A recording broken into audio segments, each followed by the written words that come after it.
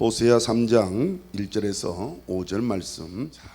우리 사람은 하나님의 은총을 받으며 살아야 합니다. 잘 아시다시피 하나님의 은총은 크게 일반적인 은총과 이 특별 은총 두 가지가 있지요. 일반 은총은 자연 법칙 속에서 주어지는 그러한 은총입니다. 이 일반 은총은 모든 사람에게 공평하게 주시는 그러한 은총이 되겠습니다. 예를 들어서 해가 비치는 것, 바람이 부는 것, 비가 오는 것, 이런 것들은 악한 사람을 위해서 적게 비치고 덜 오고 하지를 않습니다. 또한 하나님을 잘 섬기는 사람이라고 해서 특별히 더 많이, 더 적당하게 그렇게 내리지는 않습니다. 그 해를 예수님께서는 산상수훈에서 이런 말씀하셨습니다. 하나님이 그 해를 악인과 선인에게 비추시며 비를 의로운 자와 불의한 자에게 내려주심이라 라고 했습니다. 그렇습니다. 우리 인간의 지혜, 이성, 계절의 변화, 이러한 모든 것들은 이 일반 은총 범주에 속하게 되죠. 믿지 않는 사람들도 이 은총을 다 누리고 삽니다. 이 땅 모든 사람들이 이 은총이 없이는 한시도 살지를 못합니다. 그런데 특별 은총은 좀 다르지요. 이 특별 은총은 선택, 구속의 은총입니다. 예수 그리스도를 통해서 우리의 죄를 사하시고 구원하시는 그러한 은총이에요. 이 은총이라는 사전적인 의미를 찾아보니까 높은 사람에게 받은 특별한 사랑, 그렇게 되어 있습니다. 그런데 이 하나님의 특별 은총은 이 은총에다가 절대적인 사랑이라는 개념이 첨가가 됩니다. 따라서 하나님의 은총은 긍정적이고 진취적이며 무한대의 능력을 나타내고 있습니다. 하나님의 특별의 은총은요, 새로운 역사를 창출해내는 그러한 은총입니다. 하나님의 은총은요, 나의 힘으로는 항구할 수 없는 거센 파도처럼 아주 이합적으로 나에게 이루어지는 하나님의 일방적인 그러한 행위입니다. 그것이 바로 값없이 주시는 하나님의 선물입니다. 그러면서 하나님의 강권적인 역사이기도 합니다. 잠언이 21장 1절에 보면 많은 재물보다 명예를 택할 것이요 은이나 금보다 은총을 더욱 택할 것이라 라고 말씀하고 있습니다. 여러분, 재물보다 명예를 더욱 택해야 할 이유가 어디에 있습니까? 여러분, 재물은요, 즉 이 금은 있다가 다 없어지기 때문에 그래요. 히브리서 11장 24절 26절을 보면은 믿음으로 모세는 장성하여 바로의 공주의 아들이라함을 칭함받기를 거절하고 도리어 하나님의 백성과 함께 고난받기를 잠시 제약의 낙서를 누리는 것보다 더 좋아하고 그리스도를 위하여 받는 수모를 애굽의 모든 것보다 더 큰 재물로 여겼으니 이는 상주심을 바라봄이라 라고 말씀하고 있습니다. 여러분, 모세는 이 세상의 재물보다 하나님의 은총을 택했습니다. 그는 얼마든지 바로의 공주의 아들로서 그러한 칭호를 받으면서 세상 낙을 누릴 수 있는 그러한 사람입니다. 그러나 그는 그것을 택하지 아니고 하나님의 백성과 함께 고난받기를 좋아했다는 거예요. 재물을 가지고 잠시 세상에서 낙을 누리는 것보다 그리스도를 위해서 받는 수모를 애굽의 모든 부하보다 더 큰 재물로 여겼다는 거예요. 모세는 재물보다 명예를 택한 사람이고 은과 금보다 이 하나님의 은총을 택한 그런 사람. 이 땅에 사는 사람치고 명예 싫어하는 사람 아마 한 사람도 없을 것입니다. 명예 좋은 것입니다. 명예는 그 사람의 어떤 존귀함을 나타내는 그러한 것입니다. 그리고 이 은총이라는 것은 영원하고 아름다운 것입니다. 그러므로 이 재물보다는 이 명예가 더 중요하고 금이나 은보다는 하나님의 은총을 받는 것이 더 중요합니다. 왜 그런지 아세요? 남에게 이 존경을 받을 만한 명예를 얻게 되면요, 필요한 재물이 많이 들어오게 되어 있습니다. 또 사랑과 하나님 앞에 이 은총과 기중이 여김을 받게 되면은 금이나 은뿐만이 아니라 필요한 모든 것들이 자연적으로 따라오게 되어 있는 거예요. 그래서 우리는 하나님의 이 특별한 은총을 받아야 합니다. 오늘 본문에 보면 지금 이스라엘 백성들은 아주 인생의 어두운 그런 암흑길을 거치고 난 뒤에 그들은 과거 다윗이 오직 하나님만 의지하고 믿었던 그 신앙을 회복시켜 달라고 지금 하나님께 기도합니다. 오직 하나님께서 불쌍히 계시는 은혜가 있어야만이 하나님을 경외하고 섬길 수 있으므로 이들은 지금 하나님의 은총을 얻기 위해서 지금 기도합니다. 여러분, 우리의 병든 신앙은요, 하나님께서 치료해 주지 않으시면 고침받을 수가 없습니다. 우리의 상한 영혼을 하나님께서 회복시켜 주지 아니하시면 우리의 신앙은 정상적으로 돌아갈 수가 없습니다. 오늘 우리가 지금 이처럼 신앙생활을 잘 할 수 있는 것도요, 다 하나님께서 우리에게 은혜를 베풀어 주셨기 때문입니다. 하나님께서 우리의 믿음을 회복시켜 주셨기 때문에 그 은총으로 우리가 하나님을 섬기는 것이고 그 은혜로 하나님 앞에 나와서 지금 예배 드릴 수 있는 것입니다. 그러므로 우리는 더더욱 하나님의 은총으로 나아가는 그러한 삶을 살아야 될 줄 믿습니다. 자, 그렇다면 우리가 하나님의 은총을 받기 위해서는 어떻게 해야 합니까? 먼저 사랑이신 하나님께 나아가야 합니다. 오늘 본문 1절에 보니까 여호와께서 내게 이르시되 이스라엘 자손이 다른 신을 섬기고 건포도 과자를 즐길지라도 여호와가 그들을 사랑하나니 너는 또 가서 타인의 사랑을 받아 음녀가 된 그녀를 사랑하라. 여러분, 우리 하나님의 사랑은 무한하십니다. 그리고 우리 하나님의 사랑은 조건이 없는 그런 사랑입니다. 우리 하나님의 은혜는 태산보다 바다보다, 아니 이 세상 어떤 것과도 비교할 수 없는 크고도 놀라운 사랑입니다. 그러므로 우리는 평생 동안 그 은혜 안에 살기를 소망해야 될 줄 믿습니다. 여러분, 사람이 행하는 사랑은요, 제한이 있습니다. 그러나 하나님의 사랑은 무한합니다. 사람의 사랑은 잠깐 뜨겁다가 금방 식어집니다.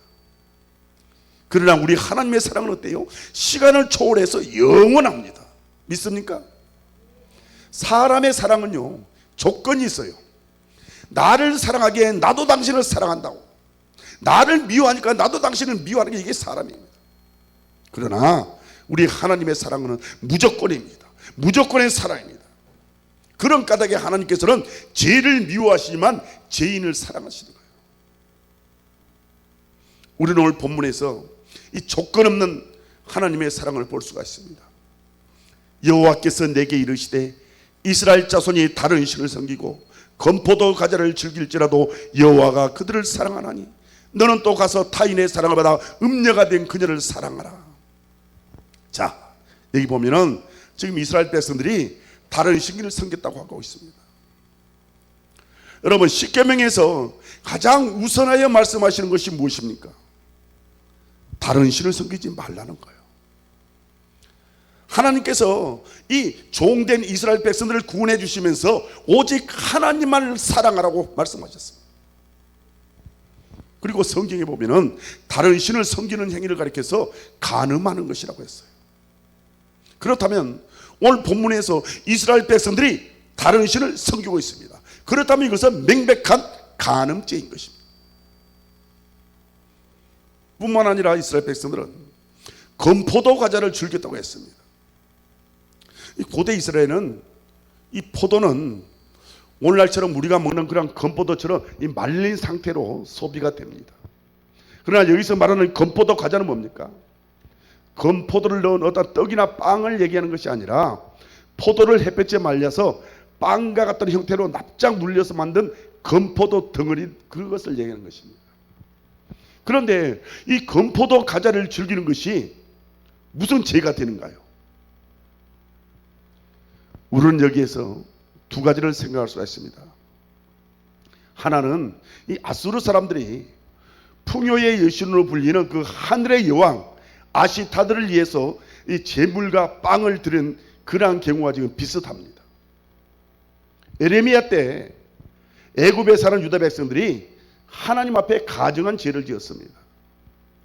에레미야 7장 18절 보면 자식들은 나무를 모으고 아버지들은 불을 피우고 여자들은 반죽을 해서 하늘의 여왕을 위해 빵을 만들어서 다른 신들에게 전제물을 부바쳐 하나님을 화나게 했다, 이렇게 말씀하고 있습니다.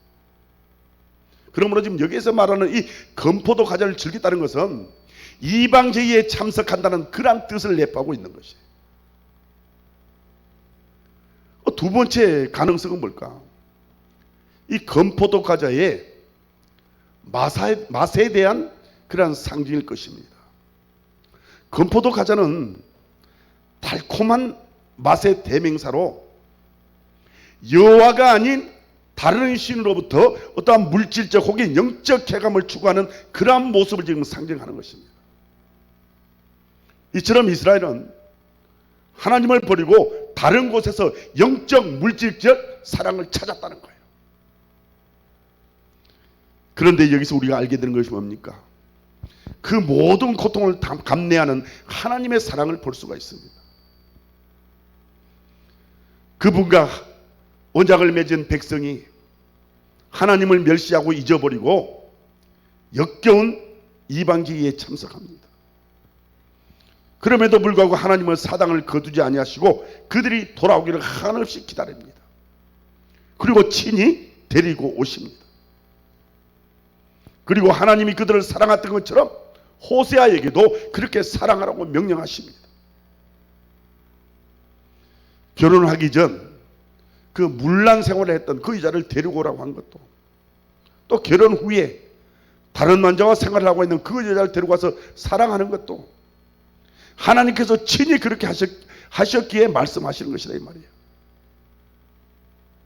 우리는 호세아 이 아픈 현실을 통해서 하나님의 마음과 그 크신 사랑을 깨닫게 됩니다.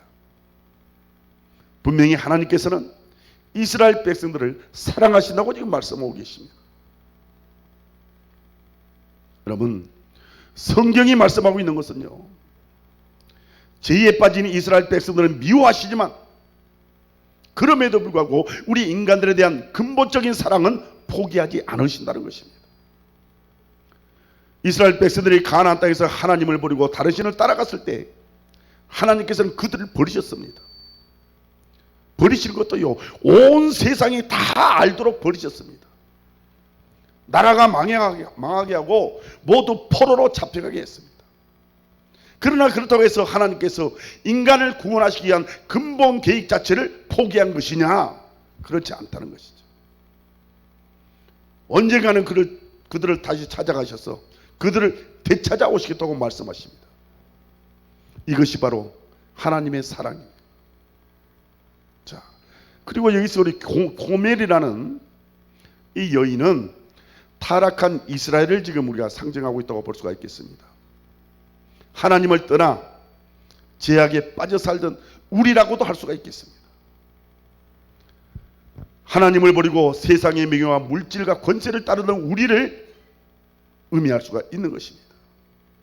그런데 이렇게 죄 많은 우리를 심판하는 대신에 하나님께서는 사랑으로 우리를 품어주십니다. 용서해 주십니다. 로마서 3장 23절 24절에 보면 모든 사람이 죄를 범하였음에 하나님의 영광에 이르지 못하나니 그리스도 예수 안에 있는 속량으로 말미암아 하나님의 은혜로 값없이 의롭다 하심을 얻은 자 되었느니라 라고 말씀하고 있습니다. 여러분, 우리는 어느 한 사람도 우리 스스로 의롭게 될 수가 없습니다. 다 죄인들입니다. 그러나 바로 이러한 죄인들을 위해서 하나님 아버지께서 독생자 예수 그리스도를 보내신 것입니다. 이것이 하나님의 사랑입니다. 전혀 소망이 없던 나를 버리지 않으시고 용서하시고 사랑하신 그 사랑입니다. 사랑을 받을 만한 가치가 있어서 그런 것이 아닙니다. 우리가 위대해서도 그런 것이 아닙니다. 죄인이기에 약한 영혼이기에, 타락했기에, 그래서 구원이 필요하기에 하나님의 사랑이 우리에게 임한 것이에요. 바로 이 사랑 때문에 우리가 제사함을 받고 구원을 얻어 하나님의 자녀가 된 것입니다. 하나님께서는 모든 죄를 사랑하십니다. 이것이 바로 하나님의 무조건적 사랑이라. 그러므로 누구든지 사랑을 받기 위해서는 하나님의 은혜 안에 머물러야 된다는 것이죠. 아무쪼록 우리 버팀목교회 성도님들은 항상 하나님의 은혜 안에 머무기를 소망해야 될 줄 믿습니다. 사랑이신 하나님께 나아가는 그러한 저와 여러분들이 다 되어야 될 줄 믿습니다.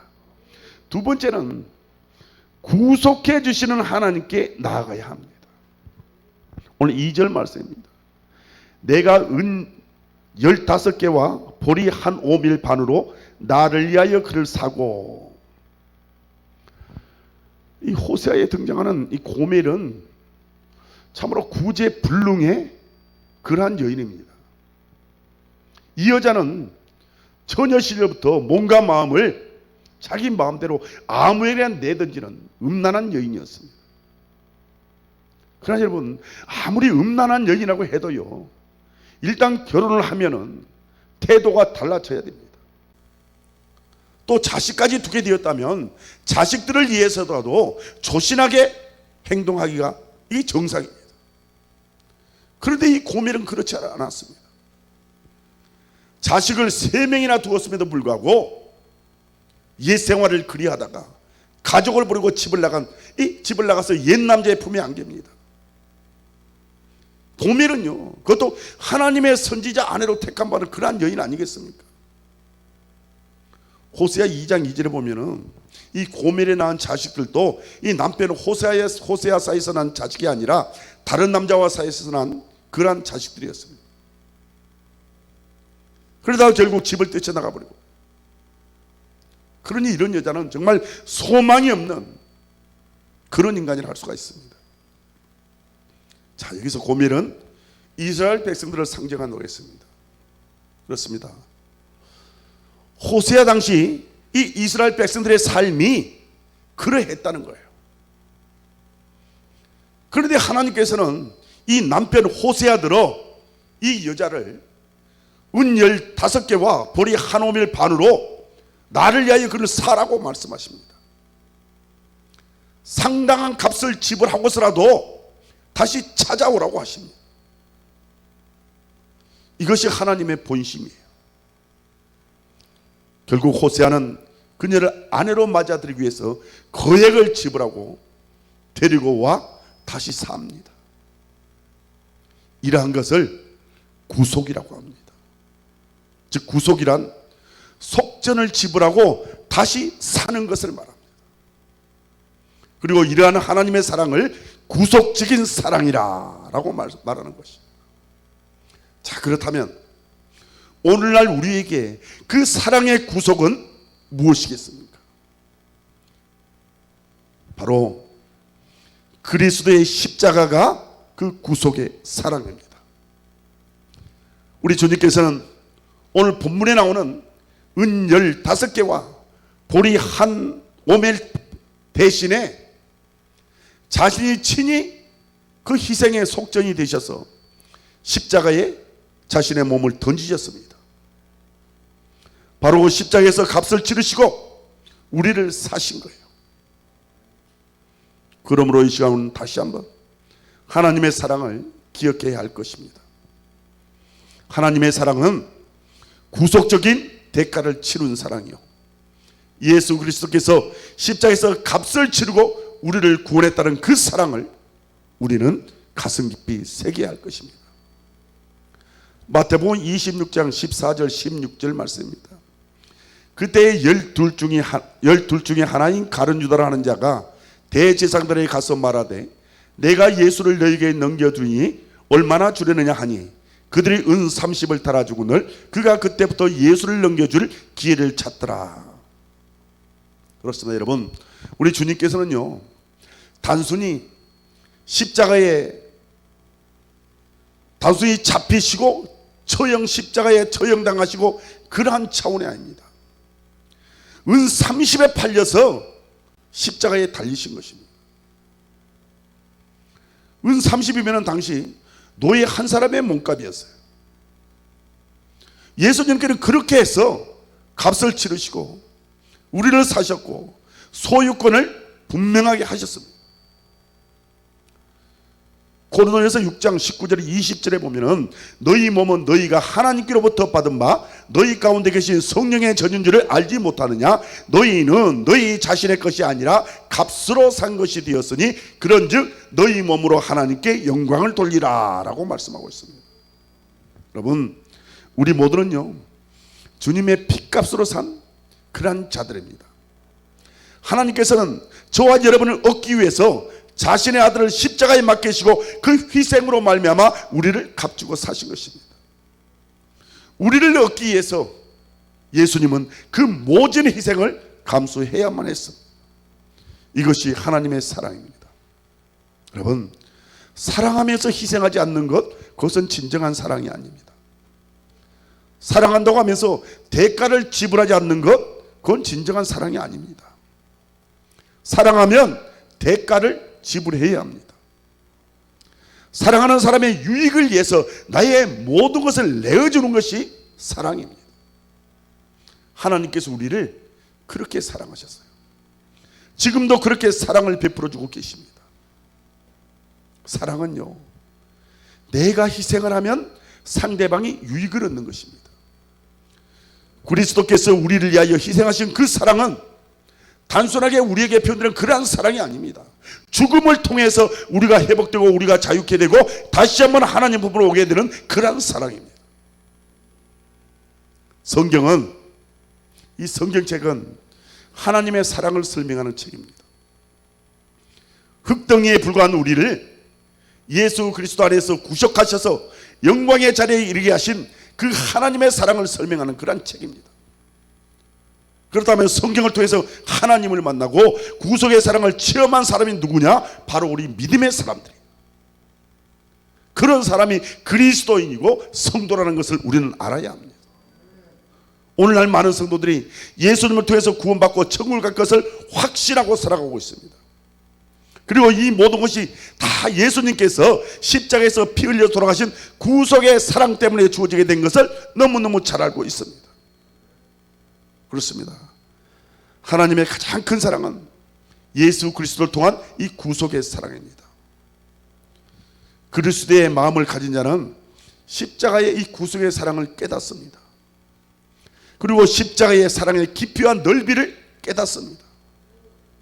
이렇게 성숙한 성도는요, 이제 예수님을 위해서 살고 십자가를 질 줄 아는 그러한 성도가 되어야 된다는 것이죠. 헌신이 무엇인지를 아는 사람이 바로 이 성도입니다. 그리고 가장 중요한 것은 성도의 헌신은 이 영혼 구원에 도움이 된다는 것이죠. 교회를 위한 봉사도, 그 어떤 희생도, 그 어떤 것도 영혼 구원을 위해서 힘쓰는 그러한 헌신이 되어야 한다는 것입니다. 여러분, 우리 하나님께서는 한 영혼에 관심을 두십니다. 우리를 사랑하시되 이 땅에서 사랑할 대상이 한 명밖에 없는 것처럼 우리를 사랑하십니다. 그래서 하나님의 구속의 사랑을 묵상하던 성 어거스트는 다음과 같이 고백을 합니다. 이상한 사실이다. 참으로 이해하기 어려운 일이다. 내가 만약 하나님이라면 나는 이 지구와 인간을 박살낼 것이다. 그런데 하나님은 나를 사랑하신다. 사랑하시되 마치 사랑할 대상이 나 하나밖에 없는 것처럼 하나님은 나를 사랑하신다. 어거스트는 이렇게 하나님의 사랑에 대한 감격을 표현했습니다. 그렇습니다. 오늘 우리가 가져야 할 마음은 한 영혼에 대한 관심인 줄 믿습니다. 이제 우리가 나를 향하신 놀라운 구속의 사랑과 그 은혜를 생각한다면 날마다 우리의 삶 속에서 감사가 넘치고 날마다 우리가 성령 안에서 하나님의 사랑을 체험하면서 밖에 나가서 이웃에게 이 사랑을 전해야 된다는 것이죠. 아무쪼록 우리 버팀목교회 성도님들은 하나님의 사랑을 체험하여 날마다 구속하시는 이 하나님께 나아가는 그러한 성도들이 되어줄 줄 믿습니다. 마지막으로 은총의 하나님께로 이제 또 나가야 됩니다. 오늘 본문 3절에서 5절 말씀입니다. 그에게 이르기를 너는 많은 날 동안 나와 함께 지내고 음행하지 말며 다른 남자를 따르지 말라. 나도 내게 그리하리라 하였노라. 이스라엘 자손들이 많은 날 동안 왕도 없고 지도자도 없고 제사도 없고 주상도 없고 에봇도 없고 드라빔도 없이 지내다가 그 후에 이스라엘 자손이 돌아와서 그들의 하나님 여호와와 그들의 왕 다윗을 찾고 마지막 날에는 여호와를 경외함으로 여호와와 그의 은총으로 나아가리라. 자, 이 호세아서는 빗나간 아내 고멜과 남편인 이 호세아의 부부관계를 통해서 이 빗나간 이스라엘 백성들과 이 하나님의 관계를 지금 설명해 주고 있습니다. 이 고멜은 결혼한 후에도 음란한 행위를 버리지 못한 여인으로 이스라엘의 그림자가 되기도 합니다. 즉 타락한 아내 고멜을 통해서 타락한 이스라엘의 모습이 비춰지고 있는 것입니다. 고멜이 자기 남편 호세아를 남편으로 생각하지 않았듯이 지금 이스라엘 백성들은 자기 주인, 자기 남편인 하나님을 버리고 다른 주인, 다른 남편을 따라다녔습니다. 지금 이들은 자기가 누구의 소유인지를 잊어버렸다는 거예요. 하나님의 소유임에도 불구하고 우상의 소유가 되기를 원했던 이 이스라엘, 하나님이 남편임에도 불구하고 바알의 아내가 되기를 자청했던 이스라엘, 이런 이스라엘과 하나님의 관계를 하나님은 이 호세아와 고멜의 가정을 통해서 우리에게 보여주고 계십니다. 그리고 이 말씀 4절에서는 하나님은 기다리시는 사랑임을 보여주고 있습니다. 오늘 본문 4절입니다. 이스라엘 자손들이 많은 날 동안 왕도 없고 지도자도 없고 제사도 없고 주상도 없고 에봇도 없고 드라빔도 없이 지내다가 라고 말씀하고 있습니다. 자, 이제 이스라엘 백성들은 많은 날 동안 이 왕도 없이 지낼 것입니다. 지도자도 없을 것이에요. 제사도 없고 주상도 없을 것입니다. 에봇도 없을 것입니다. 드라빔도 없을 것입니다. 이것은 이 이스라엘 백성들에게는 그들이 가지고 있는 공통적인 의미가 있습니다. 지금 이러한 모든 것들은 이스라엘 백성들이 지극히 의지하는 그러한 것들이에요. 왕도 그렇고 지도자가 그렇습니다. 제사도 그렇고 이 주상도 그렇습니다. 여러분, 여기서 주상이 뭡니까? 성전의 기둥을 말하는 것이에요. 그런데 이스라엘 백성들이 이 성전의 기둥마저 신성시 여겼다는 거예요. 또 에봇은 제사장들이 입던 옷으로 거기에 어떤 신비한 힘이 있다고 그들은 믿고 있었던 것입니다. 드라빔 역시 자신들을 지켜주는 어떤 주술적인 힘이 거기에 있다고 믿었던 것입니다. 그런데 이제 이 모든 것들이 없어졌다는 것은 지금까지 자신들이 믿어왔던 모든 것들이 다 끊어진 세월을 보내야 된다는 것입니다. 자, 그렇다면 언뜻 보기에는 이 세월이 이스라엘 백성들에게는 이 절망의 세월이 될 수가 있습니다. 그러나 여러분, 이 세월은요, 사랑을 준비하는 희망의 세월인 줄 믿습니다. 이렇게 아무것도 의지할 것이 없는 세월을 보내게 되면서 그들은 이제 오직 하나님만을 의지해야 된다는 그러한 결단을 하게 되는 그러한 기간으로 그들이 삼게 되었다는 것입니다. 다시금 하나님을 바라보아야 했다, 그러한 사랑이 성숙되는 그러한 세월이 지금 이제 시작이 된 거예요. 그러므로 저들에게 있어서 이 세월은 해로운 것이 아닙니다. 이 기다림의 세월이 결코 쓸데없는 세월이 아니라는 것이요, 신랑과 더욱 나은 어떠한 사랑의 세월을 보내기 위해서는 이 기다림의 세월이 꼭 필요한 것입니다. 이것은 오늘 우리에게도 마찬가지의 의미를 지닙니다. 우리에게도 하나님께서는 종종 이 기다림의 시간을 두실 때가 있습니다. 세상의 모든 소망이 다 끊어지고 더는 의지할 것이 없는 그런 시간을 보내게 하실 때가 있습니다. 그러나 그럴 때라도 우리는 낙심하지 말아야 합니다. 왜? 그 세월은 오히려 복을 준비하는 그러한 세월이기 때문입니다. 기다림의 시간을 통해서 하나님의 사랑을 확증하게 되는 것입니다. 이 기다림의 세월은요, 우리 믿음을 더 성숙하게 하고 온전하게 만들기 위한 그러한 세월인 줄 믿습니다. 그러므로 이제 우리는 이 세월이 지나가기 위해 그러한 인내가 필요합니다. 우리는 이 세월을 인내로 기다릴 수 있어야 합니다. 이런 기다림이 끝난 후에 하나님의 은총으로 나아가게 될 줄 믿습니다. 오늘 본문 5절 말씀입니다. 그 후에 이스라엘 자손들이 돌아와서 그들의 하나님 여호와와 그들의 왕 다윗을 찾고 마지막 날에는 여호와를 경외함으로 여호와와 그의 은총으로 나아가니라. 그렇습니다. 당시 이스라엘 백성들에게 정치적 이 종교적 암흑기는 고통과 고난의 날이 분명히 있습니다. 그렇지만 하나님께서는 그 고통과 고난을 통해서 이스라엘 백성들이 하나님께로 돌아오는 기회로 삼았던 것입니다. 그리고 실제로 이스라엘 백성들은 나라를 잃고 난 뒤에, 재산을 잃고 난 뒤에, 자식들이 포로로 끌려가서 죽고 난 뒤에 모든 죄를 회개하고 하나님께로 돌아오기 시작했습니다. 우리도 마찬가지입니다.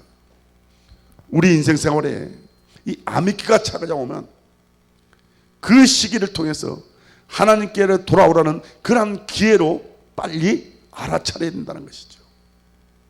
그렇지 아니하고 당장에 임하는 고난과 고통만을 보고서 하나님을 원망하고 불신하는 죄를 지어서는 안 된다 이 말이에요.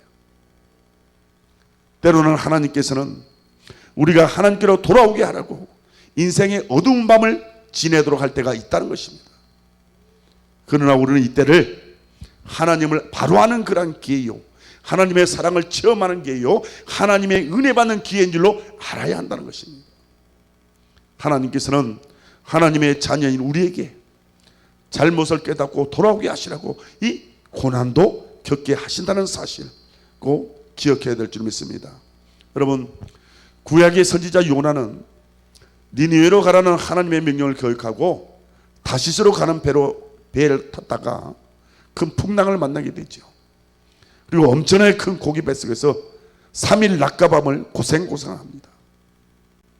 이처럼 우리가 때로는 잘못해서 만나는 풍랑, 불순종하고 실수해서 만나는 풍랑이 있습니다.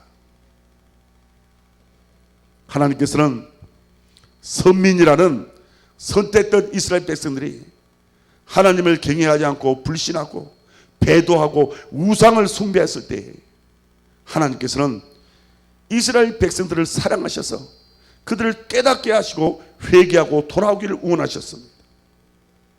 하나님께서 그들을 징계하신 것 또한 그들이 돌아오기를 위한 그러한 수단이었습니다.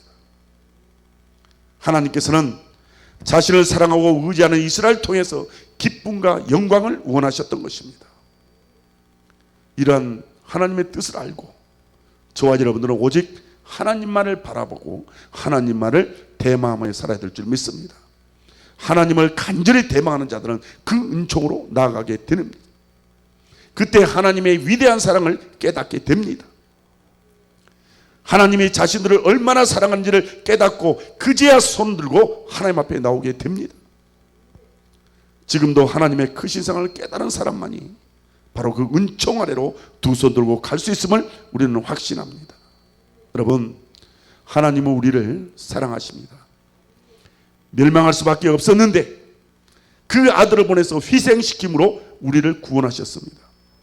그 핏값을 지불하시고 우리를 사망에서 사셨고 구원하셨습니다. 그리고 지금도 우리 하나님의 시선은 우리에게로 고정하고 있습니다. 이 얼마나 큰 사랑을 받고 있는지 모릅니다. 그러므로 이제 저와 여러분들은 더욱 큰 은총 속에 살기 위해서 오직 하나님만 바라보고 하나님만 대망하여야 할 것입니다. 오직 하나님만을 생각하고 생활해야 할 것입니다. 아무쪼록 날마다 은총의 하나님께로 나가는 우리 모두가 되시기를 예수님의 이름으로 간절히 축원합니다.